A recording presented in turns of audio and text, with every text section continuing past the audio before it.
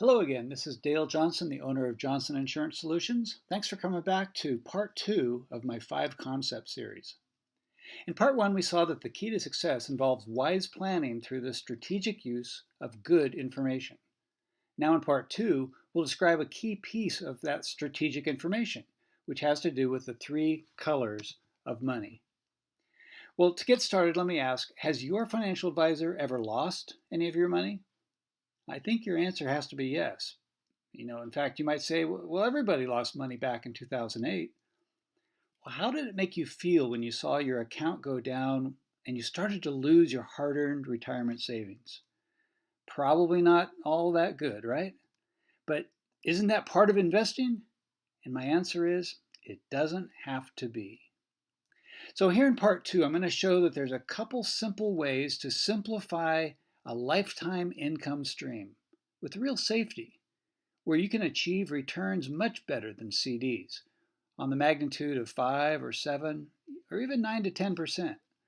And some have contractual guarantees in place where you cannot possibly lose any money. Do you think you'd be interested in that? I sure hope so. Part two is about me offering a second opinion on your financial planning strategy. You know that if you had a serious medical issue, you'd want to get more than one opinion from a doctor. So if you consider your wealth to be important, like your health is, you would always be wise to get more than one opinion. And so here I present to you this simple yellow, green, red chart displaying the 3 colors of money. Now, yellow is the money you have in the bank. It's in CDs and money market accounts. It's liquid, it's safe, FDIC guarantees. The problem is that this money is making less than 1%, and so it's really going down in value every year due to inflation going on at 3%. Now red is the stock market funds, things like bonds and mutual funds. That's where your 401k, 403b, IRA money usually gets parked for the long haul.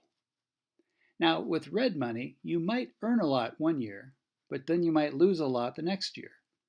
There's very little safety or protection in red money. In fact, back in 2008, a lot of people were planning to retire the next year, only to have their portfolio suddenly gutted by 40%. That rude awakening left many of those same people still working today, 8 years later, in their mid-70s, still trying to catch up.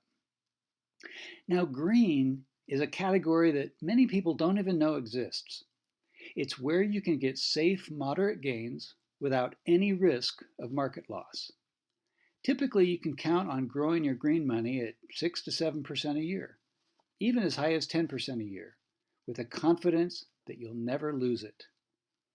The only downside to green investments is that you'll have low liquidity for 5 or maybe 10 years. That's a fair trade-off, in my view, for getting high levels of protection against loss while still enjoying decent gains. Now, some green money strategies are indexed to the stock market, so that when the market goes up, your green money goes up. But when the market goes down, your green money stays flat, doesn't lose a penny. This chart illustrates what happened to $100,000 that was invested from 1998 to 2014. The red line is that which was fully invested in the S&P 500. The blue line was the guaranteed minimum gains for the safe green investment, and the green line was the actual gain every year due to the power of indexing. So this chart proves that safety can sometimes win out over risk. By the time we get to part 5 of this series, I'm going to suggest that you convert some of your current yellow CDs and red IRA 401k money into green money, turning that into a stream of income that you can never outlive. In other words, I'm going to suggest that you transform some of your I hope so money into I know so money. So with that overview, in your opinion, what percent of your total portfolio do you think would be most appropriate for each color in your retirement? Now, we all know that money's not the most important thing in life. We normally would put our family relationships, our health, our spiritual life above the value of money. And yet still we pray, all I ask for, Lord, is the chance to prove that money cannot make me happy. Well, money certainly does make life easier. And according to a few parables, the Lord does want us to be wise, to make good choices that multiply its value over time. So as you look at this chart, what numbers would you put in front of each percentage sign? Now, spoiler alert, these three numbers cannot add up to be more than 100%.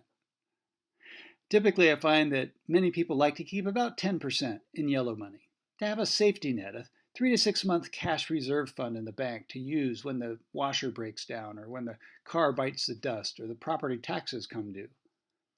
Then they might want to allocate 30 to 50% in red money during retirement to keep someone involved in the stock market.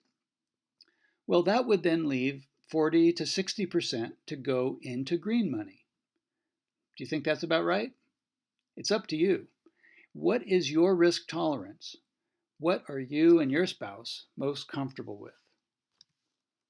Now, many green money strategies that we're going to learn about in Part 5 make use of steady payments, like a pension payout over time.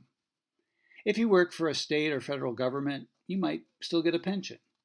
In the business world, though, pensions are getting more rare all the time. Social Security payments, which is what we're going to discuss in Part 3, are steady monthly disbursements for the rest of your life. And we'll find out that by waiting to start those payments, they might grow from a 75% value compared to full retirement to as much as 132% of full retirement value, a gain of 8% every year that you delay. A few options that I'll suggest in Part 5 are structured like steady payouts, some over 5 to 10 years, and some for as long as you live. These green payments are all about giving yourself a steady paycheck after your work paycheck ends. It allows you to budget your income and expenses without the risk of blowing through it too fast, too soon. The value of this will all come together when we continue the 5 concept series with parts 3, 4, and 5. So thanks for watching today. Please feel free to share this link with your friends. Send it by email, post it on Facebook, put it on Pinterest. Let others share in what you're learning. And next time in part 3, we'll discuss crucial concept number 3, which is understanding the pros and cons of your options for Social Security timing between the ages of 62 and 70. Until then, this is Dale Johnson, and I'll see you again in 5 Concepts Part 3.